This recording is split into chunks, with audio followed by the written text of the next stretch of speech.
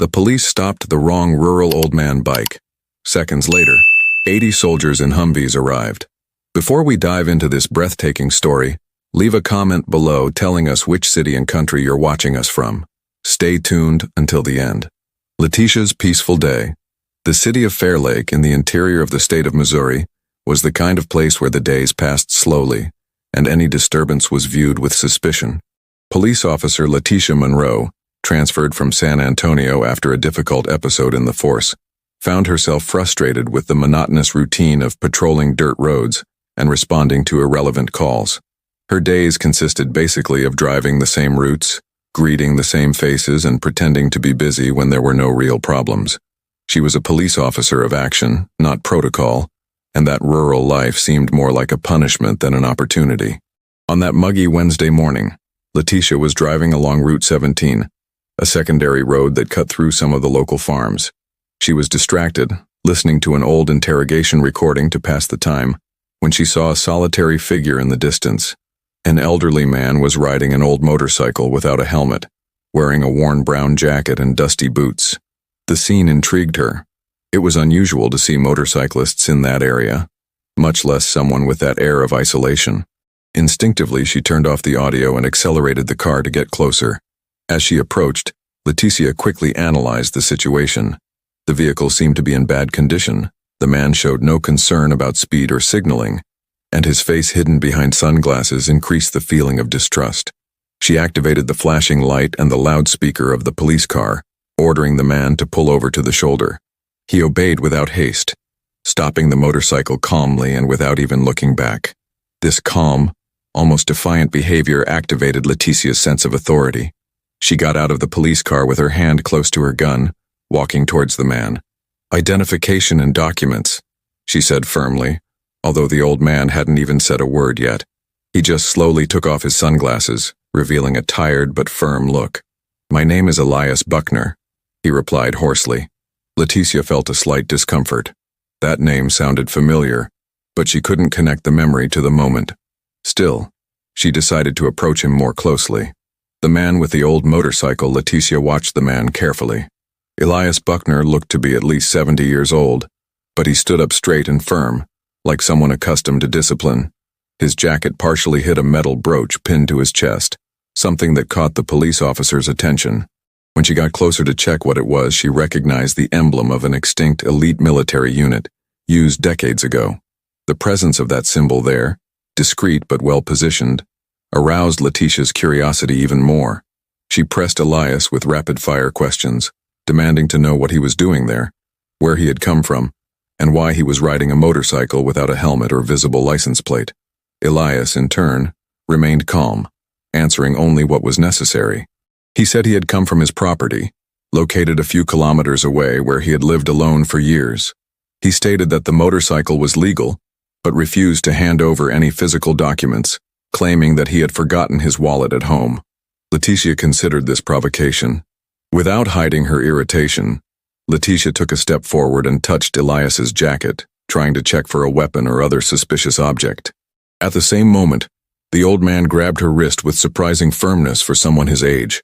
It wasn't a violent gesture, but precise and firm, like that of someone trained. Letitia moved away by reflex, feeling her wrist hurt slightly. The situation was changing tone quickly, and she knew she had crossed a line that she perhaps didn't fully understand. Even so, Letitia did not back down. She pulled out her radio and requested support from the headquarters, mentioning that a routine approach was getting strange. It was at that moment that the radio frequency began to show interference, something that had never happened in that area. She tapped the device a few times, trying to stabilize the signal, and then a different voice invaded the frequency, a firm voice, not from the headquarters. The message was short but clear. "Sentinel active. Coordinates confirmed. Protocol target 0. Radio alert." Letitia tried to understand what she had just heard. The voice didn't sound familiar and used terms that weren't part of local police jargon. The silence between transmissions seemed intentional, as if it was waiting for an answer that she didn't know how to give. Before she could ask or respond, the radio returned to normal, and the local dispatcher contacted her in an urgent tone. The operator asked her unusually to immediately move away from the approach and return to the patrol car. Confused and increasingly irritated, Letitia questioned the order. She said she was just approaching a civilian and that there was no real threat at that moment. The response from the dispatcher was short and direct. Letitia, step away. Now, don't ask any more questions. That only increased her distrust. The man on the motorcycle didn't move, didn't show any nervousness, and still observed everything with disconcerting calm. It was as if he was waiting for something bigger, something she couldn't yet see. Letitia was still hesitating about what to do when the sound of the radio was swallowed up by a new noise, the low, continuous sound of heavy engines approaching. It came from the east, obscured by the trees and the relief of the road. She looked at Elias, who finally smiled slightly without opening his mouth. It was not an ordinary smile. It was the kind of expression of someone who had seen this before and knew exactly what was coming. The atmosphere around them was changing rapidly.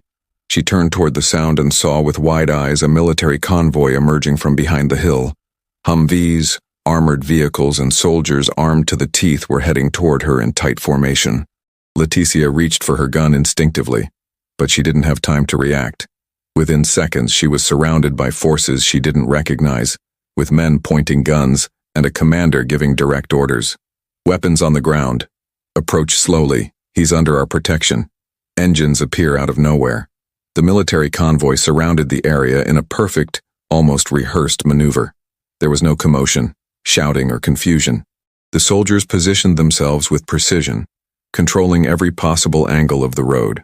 One of them, identified as Major Vincent Holloway, got out of a lead Humvee and walked directly toward Elias, completely ignoring Letitia for a few seconds. His posture was one of respect, almost reverence. As he approached, he extended his hand to the elderly man and said simply, "Mr. Buckner." Letitia tried to understand what was happening. She didn't recognize any of the insignia on their uniforms, and their faces were impassive, cold, like those of professionals trained not to express emotions. The major then turned to her and ordered her in a firm voice to drop her weapon immediately. Letitia resisted, tried to argue, but quickly realized that she was at a complete disadvantage. He reluctantly dropped the pistol on the ground and kept his hands visible. Holloway then explained, without going into detail, that Buckner was a protected asset of the state, with privileges and operational autonomy on American soil. Any attempt to interfere would be recorded as a federal violation. Letitia could hardly believe what she was hearing. She felt humiliated and exposed in the face of something that clearly went far beyond the local police. Elias, for his part, just watched, as if everything was going according to plan. The tension in the room was palpable, but there was no chaos. It was as if everyone there knew their role in a silent military choreography.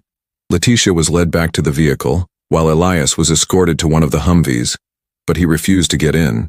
He pointed to his motorcycle and said he would drive it himself. And, surprisingly, everyone obeyed. The old motorcycle drove off in the middle of the convoy of armored vehicles, as if it were the center of everything. The forgotten story of Elias Buckner. As she rode in silence in the vehicle, Letitia was forced to observe the convoy in front of her, with Elias leading the way on his battered motorcycle. The scene was surreal. How was it that an old countryman, who until recently seemed like just another lonely man from the countryside, was now leading a war formation as if he were a general on a mission? Questions piled up in her mind, but no answers came. Only the military radio, now on a different frequency, continued to transmit encrypted commands that she did not understand. At the local intelligence center, Sheriff Wallace Henderson, a war veteran and head of the small Fair Lake Police Department, received a coded notification.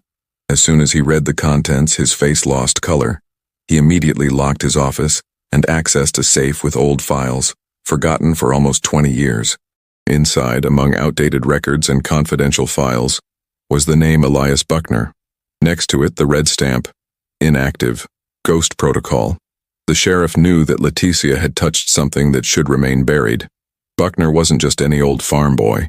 He had been a leader of the Ether Unit, a shadowy arm of the Department of Defense that had been involved in undocumented operations from 1974 to 1991. The group carried out off-the-record interventions in conflicts where diplomacy failed. Officers in the unit were given complete autonomy, with erased civilian identities and lifelong protection. When the unit was disbanded, Buckner was the only one who refused to disappear. He asked for a plot of land in Fair Lake and stayed there, hidden in plain sight. Letitia didn't know any of this yet, but her curiosity was far from over. She sensed that something much bigger than her career was at stake. She asked the dispatcher to reconnect her with the sheriff, but was informed that the local system had been temporarily taken over by a federal network. That confirmed her suspicions. She was dealing with a highly classified operation. However, her instincts told her that this was not just a military matter. Elias Buckner was hiding something even deeper, and Letitia was determined to find out what it was. The shelter in the middle of the forest. The train headed north of town, along a trail that was not on any of Fair Lake's civilian maps. Letitia was allowed to follow along as long as she remained inside the vehicle under surveillance. As she entered a patch of dense forest, she noticed cameras hidden among the tree trunks, thermal sensors and detection traps. This was no ordinary farm. It was a camouflaged complex with advanced technology, kept secret for decades. In the center of the site, a concrete structure partially covered by vegetation appeared between the trees. The soldiers opened a metal hatch in the ground, which revealed an elevator. Elias went down first, while the others spread out to maintain perimeter security. Letitia watched from afar, but she had already understood that this place was a bunker. The dimensions, equipment, and protocols used indicated a level of operation that not even large military centers usually had on American soil. Upon returning to the surface, Elias looked rejuvenated. He was wearing a different jacket with embroidered emblems and was greeted by a man in civilian clothes but with a military bearing. It was George Fallon, the former director of the NSA who had mysteriously disappeared in 2002. Fallon shook Buckner's hand and said, "You're ready, old friend. The time has come." Letitia, who was listening from a distance with the help of the patrol car's internal radio, had no idea what that meant, but she felt the weight of the words. Suddenly, Fallon approached the police car and asked Letitia to get out. He said that since she had exceeded the safety limits of the operation, she would now be temporarily incorporated into the mission. The police officer hesitated, but did not refuse. Deep down, part of her knew that this was the kind of call she had always expected, even if it came wrapped in secrets, dark protocols, and a war that seemed to be being fought outside the official history. The dark archive. Letitia was taken to a concrete room inside the bunker, where she was given an old dossier with her name handwritten on the cover.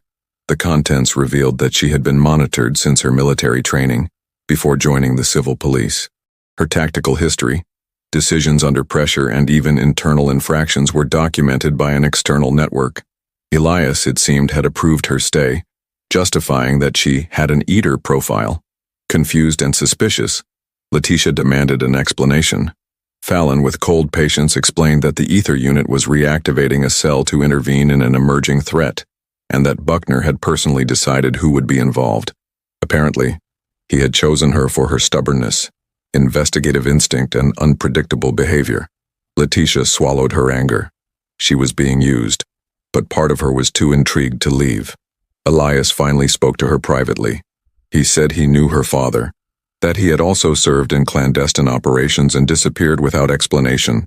He added that the reason behind her father's death was directly linked to the current mission, and that if she agreed to continue, she could find answers to the past. Letitia felt the ground shake. Her father had died on a supposed humanitarian mission, but no one had ever told her what really happened. Back on the surface, Letitia looked at the surrounding forest with new eyes. She was no longer just a police officer displaced in a rural town. Now she was part of something buried, secret, and extremely dangerous. And the old man on the motorcycle, previously just an eccentric, turned out to be a key piece of a machine that had been hidden for decades. From that moment on, she knew there was no turning back. Letitia's first test. The next day, Letitia was awakened at 5 a.m. by a sharp knock on the door of her makeshift bunker. A young operator named Miles Garrick handed her an unmarked tactical uniform and said simply, "You have been called up for Lynx protocol." Without really understanding what that meant, Letitia put on the suit and followed the group that had gathered around a clearing next to the bunker. There were no explanations, just clear, sequential orders that she was required to follow. The exercise began with a forced 6-kilometer walk, with no instructions and unexpected obstacles. Letitia, exhausted and still full of doubts, realized that she was being evaluated psychologically. not just physically. At a certain point, she found a locked briefcase and a countdown timer. Following her instinct, she disarmed the mechanism that simulated an explosion without asking for permission, and this caught the attention of Elias, who was watching everything from a distance. After the test, Letitia was taken to a briefing room.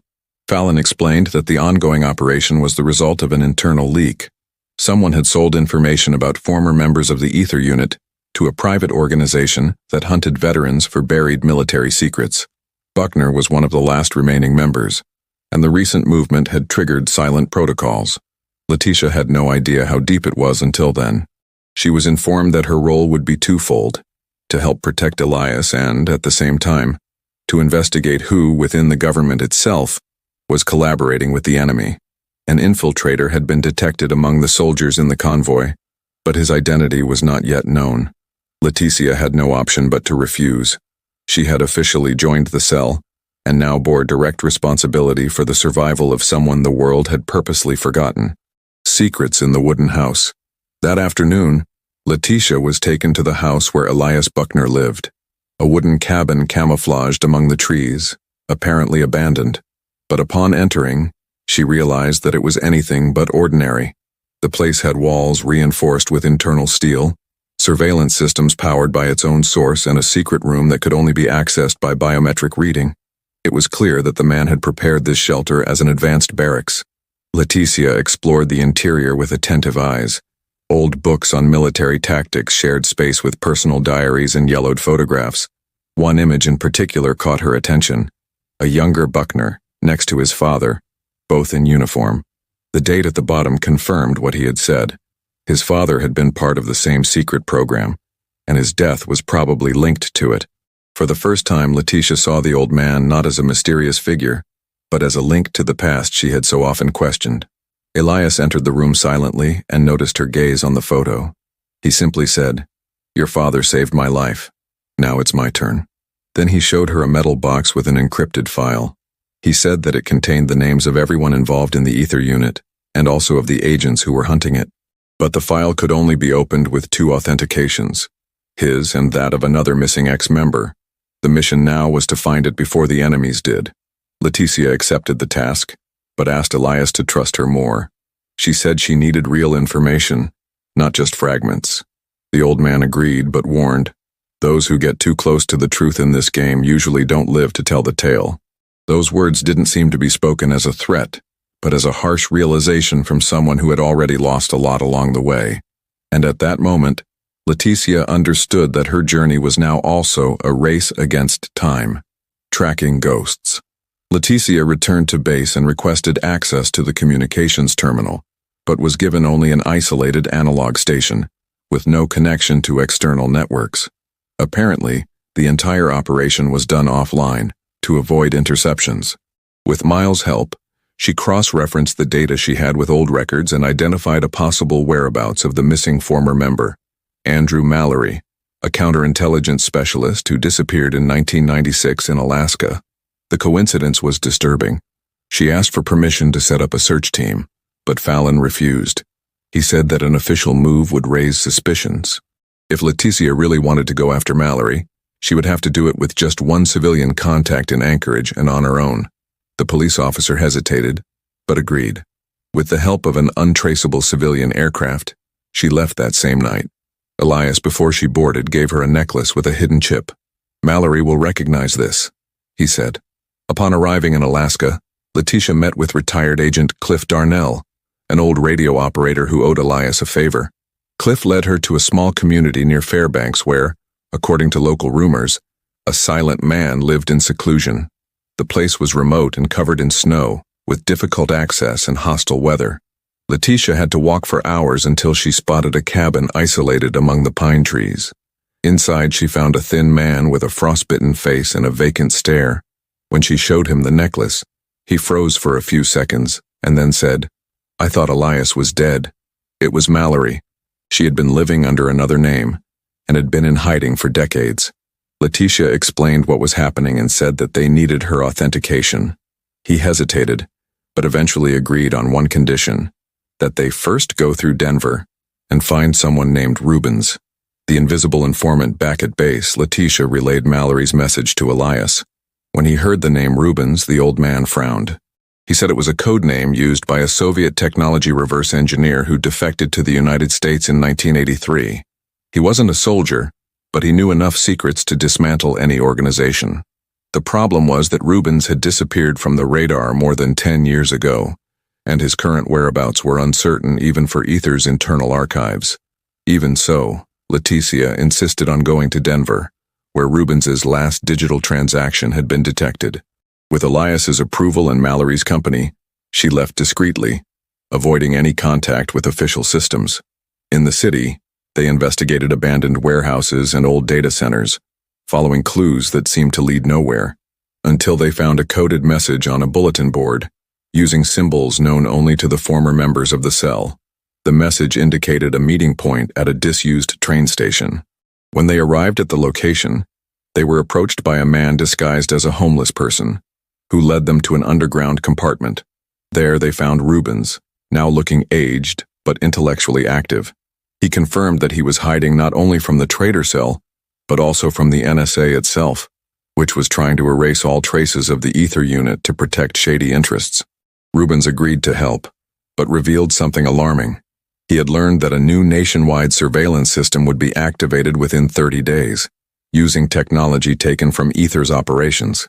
The system would be operated by a private consortium with secret authorization from Congress. Its function? To monitor and preemptively eliminate any individual deemed a potential silent threat. Elias Buckner was the last obstacle to the activation of this system. The silent trap. Letitia, Mallory, and Rubens returned to base with the most alarming information they had ever received. Fallon remained silent for minutes after hearing everything, clearly shaken. He said he had suspected similar movements, but had never had direct proof. Rubens' revelation changed everything. Now it was not just a matter of protecting Elias, but of stopping a system that could turn the country into an invisible digital prison. As they discussed their next steps, Letitia noticed that the soldiers' movements had changed.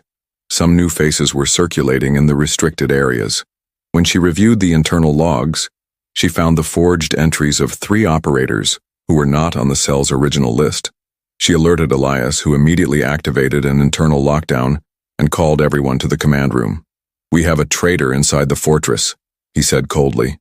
The camera system was analyzed and the 3 suspects were located in one of the warehouses where the files were stored. Letitia led the containment team and, after a brief resistance, managed to arrest 2 of the men. The third fled into the woods and disappeared. With the prisoners in hand, the interrogations began. What they discovered was even more disturbing. They were there to extract Elias, dead or alive, and activate a sequence that would destroy all of Ether's files. Leticia realized that time was running out. The system they were trying to stop was already partially activated. The captured agents carried tracking chips and a master code. If this code fell into the hands of the consortium, Elias would be identified as an immediate threat and eliminated in a precision strike. The mission now was to reverse the activation, and that would only be possible by unlocking the main file and revealing everything publicly. Elijah's plan. Elias Buckner summoned all the trusted members of the cell and revealed his plan. He knew there was no way to stop the consortium by force. The only way was to use their own protocols against them. The plan consisted of sending a secure broadcast on both military and civilian channels, revealing the truth about the Ether, the secret files, and the new real-time control system. It would require activating a long-range antenna located at an old abandoned airbase. Leticia suggested a synchronized attack with 2 teams, a distraction team led by Fallon, and another with her, Elias, Rubens, and Mallory, in charge of entering the base and starting the transmission. The biggest risk was that the base was already being monitored, but it was the only point with enough power to transmit without being blocked. Everyone agreed, even though they knew that, from that moment on, they would officially be at war with a faceless enemy. During the preparations, Elias handed Leticia one of the last unread files, her father's farewell letter. In it, he explained that he had become involved in something bigger than himself, and that he had sacrificed himself to prevent the power of Ether from falling into the wrong hands. The reading was silent and painful. Leticia put the letter in the inside pocket of her uniform and didn't say a word. She just looked at Elias and nodded. She was ready. The following night, The group set out in two untraceable vehicles. Their destination was West Pine Air Force Base, decommissioned in 2007 but still operational in its infrastructure. Time was against them. The master code of the captured agents indicated that the system would be activated in less than 48 hours. If they failed, Elias would not be the only one eliminated. All former members of Ether, spread across the country, would be hunted down as internal enemies. Arrival at the base. When they arrived at West Pine, they found the place partially occupied by logistics trucks, with a few armed security guards. It was clear that the base was being used in a hidden manner, without official identification. Letitia and Mallory carried out a perimeter sweep while Rubens accessed the power panel. Elias, despite his advanced age, remained steadfast. His presence inspired the others. It was as if he were completing a final cycle, even though he knew he might not return. They entered the communications building without triggering any alarms. The interior was covered in dust, but still functional. Rubens connected the files to the system and initiated the transmission protocol. At that moment, a silent alert sounded. They had been detected. Drones began circling the area outside and armed men emerged from the shadows. The operation was compromised. There was no retreat. Letitia led the defense while Rubens continued to load the files. Mallory, with surgical precision, took down two of the invaders without hesitation. Elias remained in cover, protecting the rear guard. The tension was brutal, but the transmission was successfully initiated. The first part of the file, revealing the origins of the ether and the secret experiments of the government, was released to hundreds of recipients. But the second part, which included the master code and the location of those involved in the consortium, still needed to be confirmed with a final authentication. The file froze, requesting a second biometric validation. Elias looked at Letitia and said, "You have to finish this." And that's when she realized there was much more in her blood than she imagined. The last password. Letitia stood in silence for a few seconds in front of the terminal. The screen flashed, requiring a second authentication. When she entered Elias's code, the system froze for a moment, requesting additional biological data. Rubens, shocked, said that this could only be released by a direct descendant of a founding member's lineage. Elias nodded in agreement. Letitia's father, Daniel Rocha, was not only part of Ether, he was one of the creators of the cell's central nucleus. Stunned, Letitia placed her finger close to the biometric reader. As soon as the verification was complete, the system released a second layer of data. Videos, documents, transcripts of clandestine meetings, and most importantly, the list of politicians, businessmen, and military personnel who commanded the new national control system. Everything began to be transmitted in real time. The leak was irreversible. In less than 5 minutes, the largest newsrooms in the world were already receiving the data. At that exact moment, a second wave of attacks began outside the base. Armored vehicles approached and an attack helicopter appeared in the distance. Elias ordered everyone to evacuate. Rubens was the first to leave, taking the hard drive with the offline files. Mallory provided cover. Letitia, however, hesitated. She knew that if she left, Elias would be left behind. He had already made his decision. He would hold off the enemies while the others escaped. Elias handed her a flash drive and said, "Here are the instructions for exposing the Sigma protocol. If anything happens to me, give it to the public media." They looked at each other for a brief moment. There was no time for goodbyes. Letitia ran down the side tunnel with the others while behind her, a missile explosion destroyed part of the communication tower. Old Elias Buckner had decided to die as he had lived, protecting a truth that no one else would dare tell. Unfinished mission. Outside, Letitia and the others ran to the vehicles that were waiting for them hidden in the woods. Rubens drove while Letitia, still in shock, held the flash drive as if she were carrying Elias's life in her hands. Mallory, wounded in the shoulder, tried to stay conscious. The base behind them was burning, and the sky was lit up by helicopters searching for traces of the escape. The operation was now a relentless hunt. Once they reached a safe spot outside the monitored area, Rubens activated a signal jammer and led the group to an abandoned property in the interior of Utah. There they set up a makeshift post and began organizing the leaked data. The material was so explosive that even before official confirmation, some newspapers had already published excerpts. Public opinion was divided between disbelief and indignation.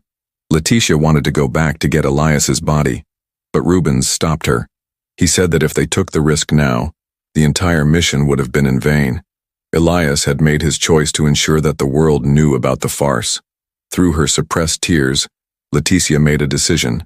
She would not only hand over the files to the press, but she would also go public, no longer as a police officer, but as the daughter of one of the founders of the resistance to silent domination. As the files were being distributed anonymously to international journalists, Letitia recorded a video. Sitting in front of a camera, she revealed her identity, her connection to Ether, and the real dangers of the Sigma system. They tried to erase names, faces, and stories, but we are alive. And now, everyone knows. Her words spread like wildfire. In less than 24 hours, she became a symbol of a generation that refused to be silenced. The popular uprising.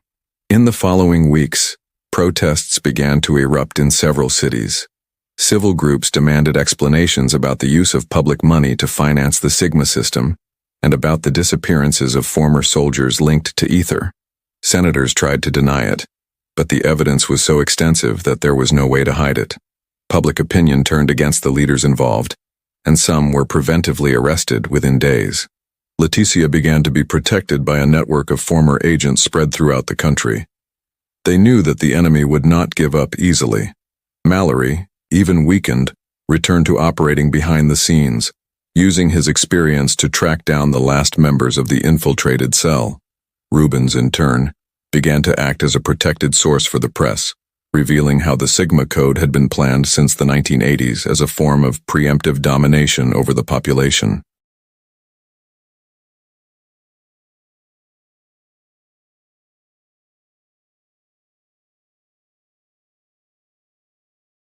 Social media exploded with theories, videos, and complete files being analyzed in real time. Young people, activists, ex-military personnel, and even religious leaders came together to denounce the abuses. For the first time in decades, the control machine was forced to retreat. Independent investigations were opened, and the Senate committee was dismantled. But the greatest victory was yet to come. The official annulment of the Sigma system by order of the Supreme Court.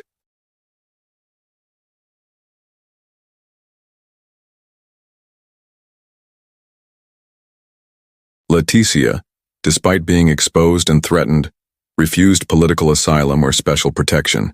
She said she needed to stay there to honor Elias, her father, and all those who gave their lives for this revelation. She set up a civil public surveillance group with a mobile headquarters and a massive digital presence. Now, Ether was no longer a buried secret. It was a symbol of real resistance, and Letitia Rocha, its last heir, had become the guardian of the truth.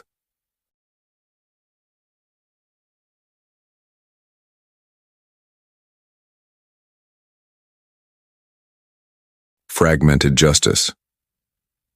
In the months that followed, the trials began. Generals, lobbyists, and former intelligence directors sat in the dock. The courtrooms were overflowing with evidence. Documents, videos, transcripts, all handed over by Letitia and her group. International pressure was also mounting. Human rights organizations demanded severe punishments.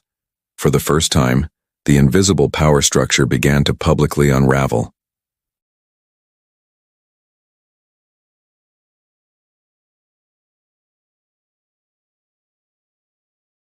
Letitia was called as a key witness in one of the most important trials, involving 3 former defense secretaries. Her presence in court was a global event. In her testimony, she did not dramatize or cry. She simply reported the facts, dates, names, and deaths.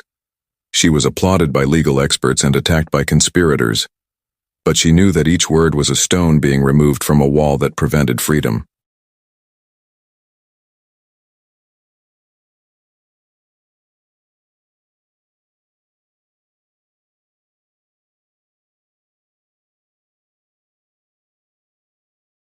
Rubens remained under the protection of the European government, helping to declassify additional files that confirmed the links between Sigma and international private networks. Mallory, in poor health, returned to Alaska, where he would die months later. Leticia made a point of going there in person, burying him next to the forest, where he had lived for so many years away from the world. The old soldier was finally resting in peace.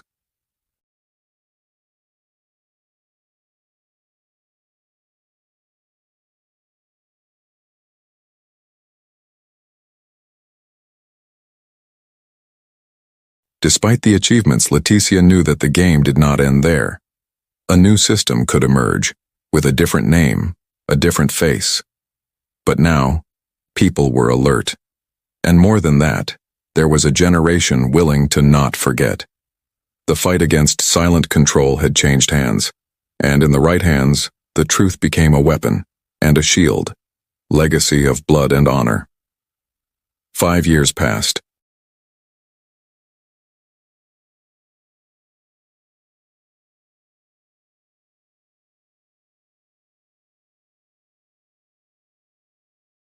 Leticia now officially led the Open Ether Network, a global public surveillance movement made up of former agents, civilians, journalists, and programmers.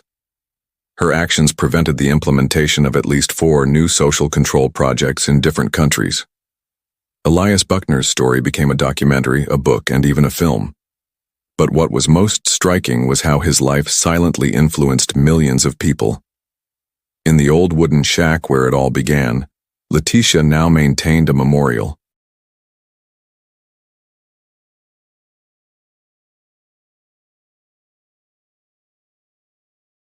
There were Elias's belongings, his old motorcycle helmet, the photo with his father, and a small plaque that read, "Sometimes heroes wear white beards and ride motorcycles." The place became a pilgrimage site for young activists, and Leticia, although she never sought fame, was treated as a moral leader of a new era of resistance. At the end of a global conference on transparency and military ethics, Leticia was asked what she would do if she discovered another Sigma in the making.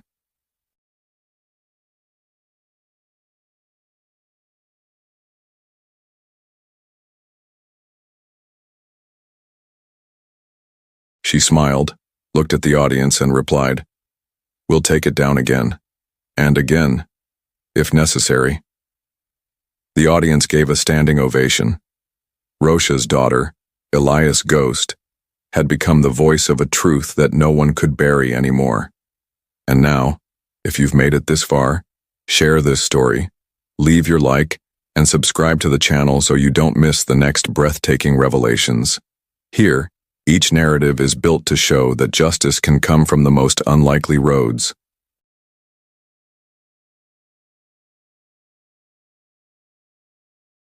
Even from an old man on a motorcycle with a past more dangerous than the system itself.